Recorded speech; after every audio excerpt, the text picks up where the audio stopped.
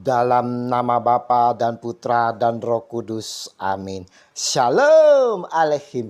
Berjumpa lagi dengan saya pada perenungan hari ini tanggal 14 Mei 2022. Kasih, setia, dan sukacita.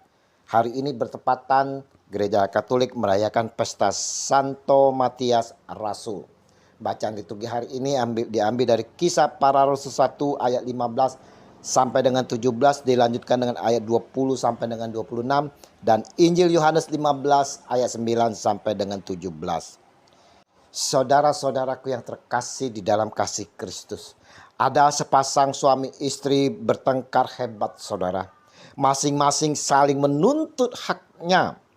Dia pun mendatangi seorang konselor dan sang konselor bertanya pada sang suami, "Apakah saudara masih mengasihi istrimu yang telah memberikan 2 putri dan 2 cucu?" Jawab sang suami, dia mengasihi istri kalau dia mau melepaskan semua jabatannya di kantor, gereja, dan pelayanannya. "Saya mengasihi kalau dia mau menjadi ibu rumah tangga." Sang istri juga tak lepas ditanya oleh sang konselor. Jawabannya dia mengasihi kalau. Suami itu tak ringan tangan lagi, tak mabuk-mabukan, bekerja yang tetap. Saudaraku yang terkasih, kalau kita lihat saudara, jawaban dari pasangan suami istri ini, mereka menjawab kalau. Mereka memberi persyaratan untuk mengasihi. Kasih mula-mula mereka sirna ditelan oleh keegoisan mereka masing-masing. Tak melihat lagi bagaimana dulu mereka saling mencintai dan mengasihi.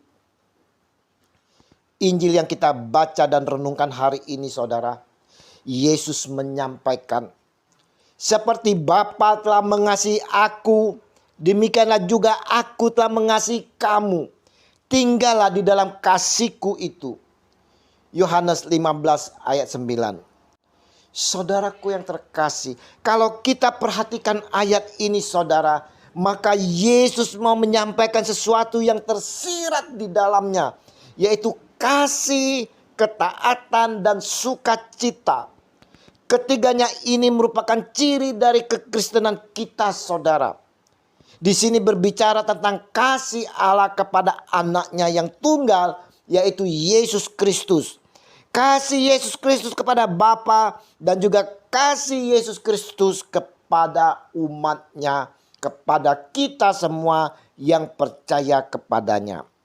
Nah, kasih yang bagaimana saudara? Dunia saudara mengenal kasih tapi bukan kasih yang sejati, melainkan kasih yang bersyarat. Banyak orang berkata, "Aku mengasihi kamu karena kamu mengasihi aku. Aku akan berbuat baik kepadamu karena selama ini kamu telah berbuat baik kepadaku.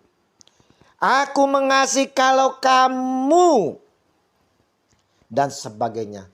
Inilah saudara-saudaraku yang terkasih, mengasihi dengan syarat. Inilah prinsip dunia saudara. Mengasihi setelah memperoleh imbalan. Memberi setelah menerima. Kasih itu sendiri adalah memberi secara tulus tanpa embel-embel saudaraku. Kasih itu mau berkorban demi kebahagiaan dan sukacita pada orang yang kita kasihi. Berkorban demi kasih dapat berupa mengorbankan waktu, tenaga, pikiran, materi, bahkan nyawa kita sekalipun. Di manakah kita dapat menemukan kasih yang sejati itu saudara? Kita lihat saudara, seorang ibu yang mengasihi anaknya sepanjang masa. Kasih ibu mengorbankan segala-galanya demi anaknya yang dikasihinya. Mengorbankan waktu, tenaga, pikiran, bahkan nyawanya demi melahirkan anaknya. Ibu tak mengharapkan atau menuntut balasan atas kasihnya. Meskipun saudara, dia sangat lapar, tapi dia berjuang untuk anaknya agar anaknya tidak kelaparan. Meskipun dia ngantuk, lelah saudara, tetapi dia tetap berjaga di saat anaknya sakit saudara. Itulah kasih sejati seorang ibu. Kasih sejati yang dimaksud bukan sekedar luapan emosi belaka saudara, tapi merupakan suatu pribadi saudara. Jadi kasih itu bukanlah sekadar sifat atau bentuk emosi tertentu dari Allah, tetapi kasih adalah eksistensi Allah itu sendiri yang dinyatakan secara total melalui pengorbanan putranya Yesus Kristus Tuhan kita di atas kayu salib, mati untuk menebus dosa kita. Ada tertulis saudara, karena begitu besar kasih Allah akan dunia ini, sehingga ia telah mengaruniakan anaknya yang tunggal, supaya setiap orang yang percaya kepadanya tidak binasa, melainkan beroleh hidup yang kekal. Yohanes 3 ayat 16. Nah saudara-saudaraku yang terkasih, bagaimana hidup kita dapat mengalami atau hidup di dalam kasih Tuhan? Yesus menyampaikan kepada kita bagaimana kita dapat mengalami kasih Allah itu saudara. Jikalau kamu menuruti perintahku, kamu akan tinggal di dalam kasihku, seperti aku menuruti perintah Bapakku dan tinggal di dalam kasihnya. Yohanes 15 ayat 10. Apakah kita masih memiliki kasih saudara? Kasih terhadap pasangan kita, terhadap anak kita, ART kita, bawaan kita, sesama tim kita, kerabat, tetangga kita. Adakah kasih kita itu bersyarat saudara?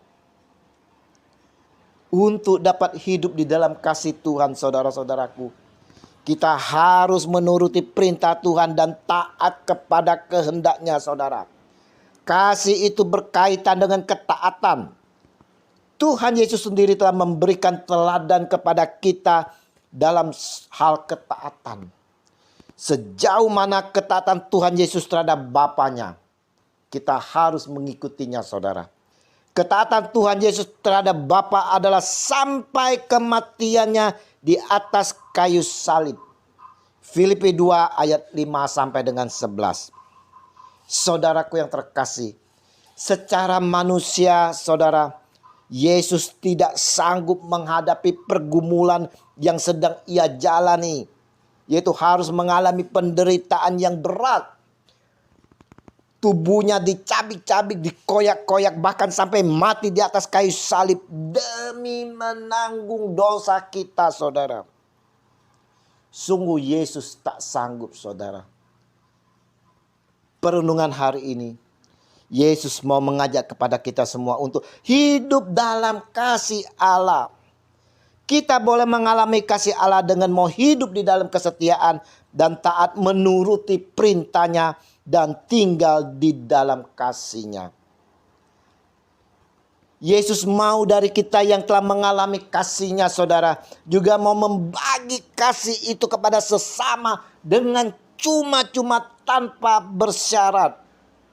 Karena saudara, kita sendiri menerimanya dari Allah itu dengan cuma-cuma. Marilah saudara-saudara yang terkasih, kita mau saling mengasihi satu dengan yang lain saudara. Baik dengan pasangan kita, anak kita, ART kita, karyawan kita, saudara-saudara kita, kerabat kita, dengan tanpa bersyarat saudara. Dan mau mengasihi secara tulus, berkorban waktu, tenaga, pikiran, bahkan nyawa sekalipun. Dengan saling mengasihi tanpa bersyarat, maka sukacita penuh akan kita rasakan. Kasih Allah yang begitu besar sehingga mengorbankan putranya Yesus Kristus di kayu salib demi penghapusan dosa kita, biarlah kita juga boleh mengasihi sesama kita dengan berkorban. Yesus Tuhan kami, ajar kami senantiasa dengan kuat kuasa Roh Kudus-Mu ya Yesus, agar kami dapat mengasihi sesama dengan tanpa bersyarat, mau selalu setia dan taat untuk melakukan perintah-Mu, kini dan sepanjang segala masa. Amin. Dalam nama Bapa dan Putra dan Roh Kudus. Amin. Shalom Aleihim. Selamat berakhir pekan, selamat bersukacita di dalam Tuhan bersama keluarga. Ayo, tetap prokes. Kita sehat, keluarga sehat, semua sehat. Semangat!